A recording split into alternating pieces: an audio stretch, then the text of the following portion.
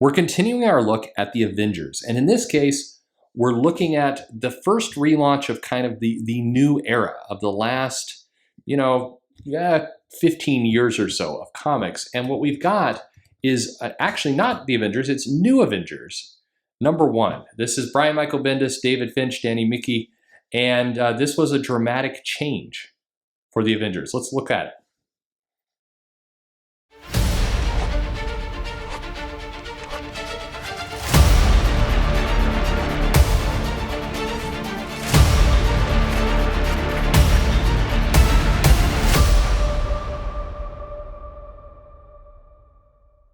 Hey everybody, this is Perch. In 2006, 2005 technically, we got a storyline called Avengers Disassembled.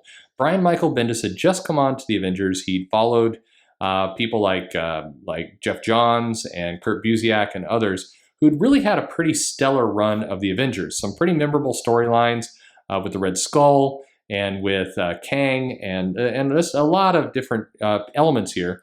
And Brian Michael Bendis was kind of charged to take the Avengers in a new and dynamic direction. 2006 led us to the Avengers Disassembled, where the Scarlet Witch suffered a nervous breakdown, killed off a bunch of people, brought a dark and desolate time, and the New Avengers launched with no Avengers, which is how the Avengers has launched before and how it will launch again. The team needing to come together. For whatever reason, one of the tropes of the Avengers over the years has been that the team has been disassembled and bad things have happened and they have to find a reason to come back together again, which is a bit ridiculous if you think about it, because there's always supervillains out there and if there's team ups. So the idea that it's like, well, I guess we should band up together again always seems a little, it's a weird storytelling thing. But for whatever reason, the Avengers have wandered into that pretty heavily over the last 15 years or so. So we get this new issue of New Avengers. First off, it's very dark. It's very, very dark. I mean, right from the cover, a bunch of the Avengers are in shadow, dark red. This is the grim time of the Avengers. We're going away from the bright and shiny steel of Iron Man and lightning of Thor and the heroism of Captain America. We're looking at the dark and grittiness of things. And in this case, we've got a somewhat restrained Brian Michael Bendis. I mean, it's funny, plenty of word balloons, more than previous issues, but in context to what would happen over the next 10 years, these were the glory days, you should say. So we lead right in with an unusual villain, and that was part of the defying expectations, upending the Avengers, was to bring in some new faces to the crowd. So Electro is here, and he's being let's make a deal. We would learn later who this shadowy character is. But Electro is going to do something nefarious. We cut to several pages of basically decompressed storytelling. We've got a helicopter slowly making its way into Rikers Island, maximum security penitentiary, and the Raft. The Raft being where they store supervillains, store, imprison, the drill. And we have, Daredevil, Matt Murdock, and others, Luke Cage, all catching up with Jessica Drew. And they're going to check out some of the prisoners with Foggy. And immediately we're tapping into some of Bendis' storylines. Luke Cage comes across the Purple Man there. And, there's some history, of course, with his wife, Jessica Jones. And we get a lot of hallway conversation. Talk, as we go, down the elevator into the Raft to talk to places. And then suddenly, as they're deep into the prison, there's a massive explosion. The power goes out, and New York is plunged into darkness. This is Electro who's causing his shenanigans. We cut to Peter Parker. Again, more characters you're not used to seeing in an Avengers book. We've seen now Luke Cage, Jessica Drew. We've seen Matt Murdock. We've seen Peter Parker.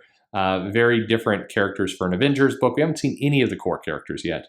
And Spider-Man's going to swing on over to the Raft to figure out what's going on. He immediately comes in contact with Captain America. So finally we have our connective face to the Avengers. Captain America's being Captain America. And they're doing a little banter back and forth. And what's, again, stunning, and I look at this, and at the point where Spider-Man has made it to the Raft, he's meeting up with Captain America. We're on page 15 already. And we've had some double page spreads and so on.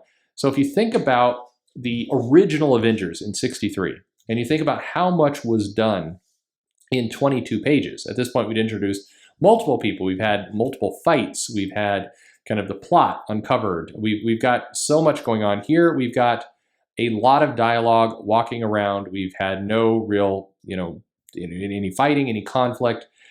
We've got, the conflict has been Spider-Man's dropped off the helicopter into the water. And we see that Electro is short-circuiting all of the prison security, indicating that the raft sucks as a prison. You would think that they'd want to protect against this. And he basically says, all of you, he faces the villains, which include people like Jigsaw, the Controller, Crossbones, Typhoid Mary, all kinds of the Worm. The Worm? No, that's not right. I forget this character. Anyway, sorry. the Worm. Yikes, that's going to bother me all night. All right, anyway, so explosions are happening, very nicely rendered. I mean, the chaos of what Finch brings to the table is very impressive. You get lots of characters, in this case, more villains. If you compare it back to Kurt Busiek and George Perez's book, where we got lots and lots of heroes. Here we're getting lots and lots of villains, lots of blacks, blues, monotone colors, definitely dark and gritty. Lots and lots of black ink being applied to this comic.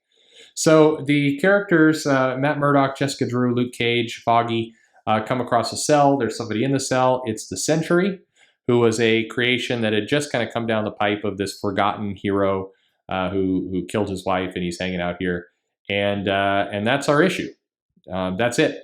So there isn't any fighting. That is reserved for issue 2. And like the last relaunch, we get 3 issues here of this first storyline, which is basically there's an explosion, villains try and escape the raft, and the heroes try and contain it a little bit. And the team more or less gets reassembled with Iron Man, the Sentry, Jessica Drew, Spider-Man, Captain America, Luke Cage, and not Daredevil, officially not Daredevil. But at any rate, it is a lot of talking. The second issue is where a lot of the action happens with the raft, but even there, it's a lot of chatter, kind of back and forth. We do get a bit in issue 3 where the Sentry kind of finally ignites and springs into action, flies Carnage up into space and rips him apart. I guess that's issue 2, not issue 3. I'm sorry, but it's definitely, this is the start of the deconstructed age. This is where they're taking a story. It's more about telling you what is happening or what happened in the story. In fact, the third issue does get to a point where Iron Man and Captain America are kind of hanging out on the SHIELD helicarrier, and they're talking about how there was a prison break and some things happened, and but they don't show much of it. There's limited scenes. A lot of the scene action is really reserved for a bit of the Sentry. Luke Cage gets a few moments. Spider-Man definitely gets some very big moments in this comic. Captain America is kind of brawling around. But mostly it's a lot of talking. What's curious, and I know I'm reviewing issue 1, but what's curious to me is in issue number 3, Captain America's like, I want to put the team back together. And it's very much Bendis dialogue of Captain America's like, when we close the mansion, listen, there's a balance to the city, to the country, that we, inadvertently, by ending the Avengers, we threw that balance out of whack. A team needs to be in place. Things like this, what happened last night, this is exactly why there needs to be a team of Avengers. If the old Avengers don't want to, if they can't, then let's try these new ones, like we always have. And as a speech, I mean, it's fine, but you notice, and this was the start of the uh-oh kind of moment when Bendis really started writing superheroes, that all the heroes started to sound the same. In fact, this dialogue back and forth with Iron Man, I saw somebody do it once. They just switched the word bubbles around. It didn't matter.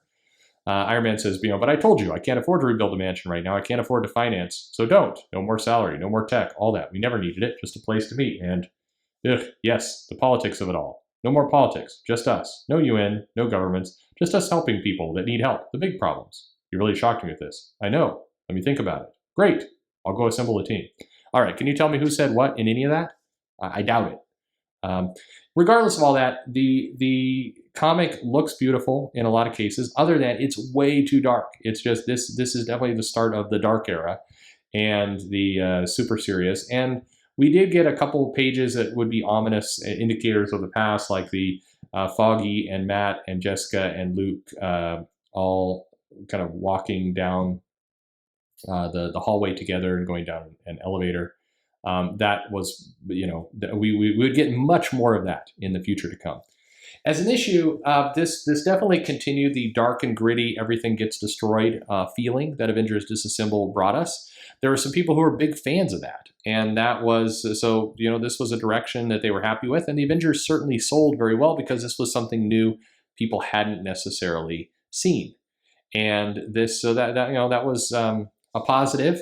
It was nice to try something new, but at the same time, it was definitely an intentional difference. It was an intentional change from what the Avengers had been in the past, and it would set up what the next 10 years of the Avengers would look like. So an interesting mix. People either loved it or hated it. A lot of people jumped on. This comic started selling very well at this point. Bendis was kind of coming into his peak of really as a storyteller, and again, it was because a lot of things were new.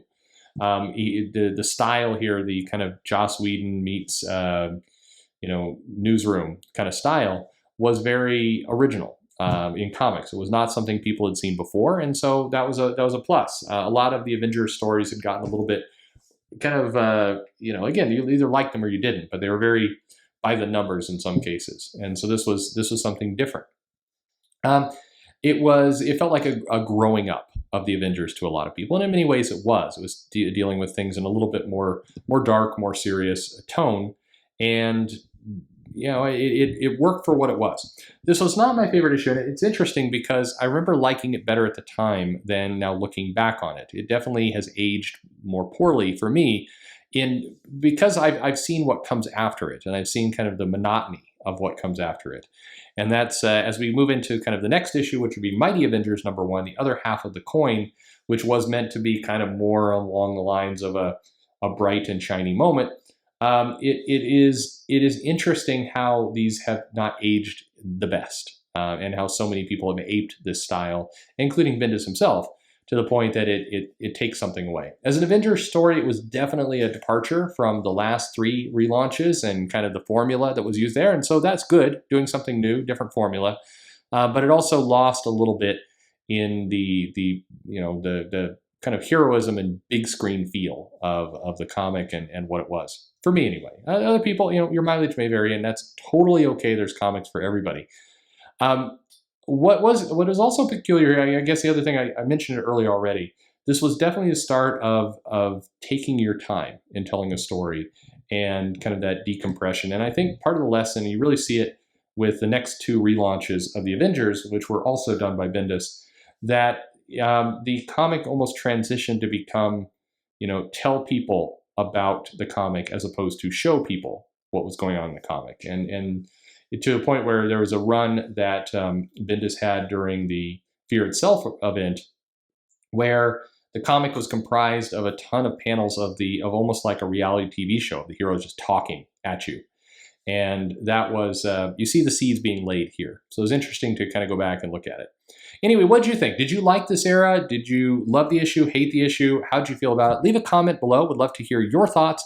Like, subscribe, recommend to a friend. I'm going to go through all the Avengers relaunches, the #1s there. A lot of fun to do that. Follow me on Twitter at Comic Perch, and thanks for listening.